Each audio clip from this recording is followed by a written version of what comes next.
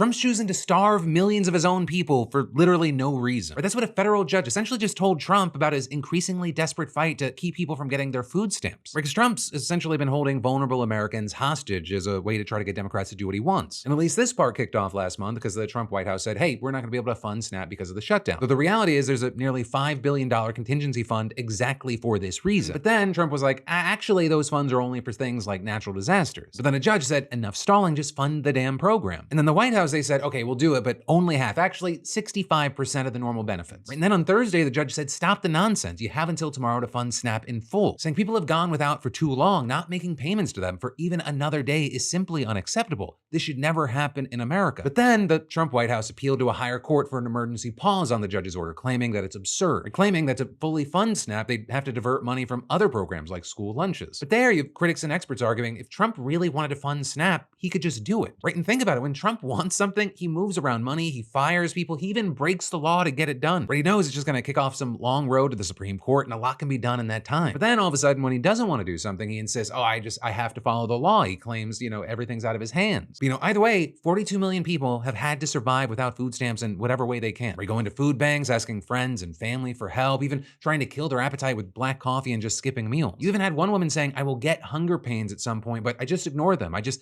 tell myself I'm on a fast. But hey, for now, follow to stay in the loop.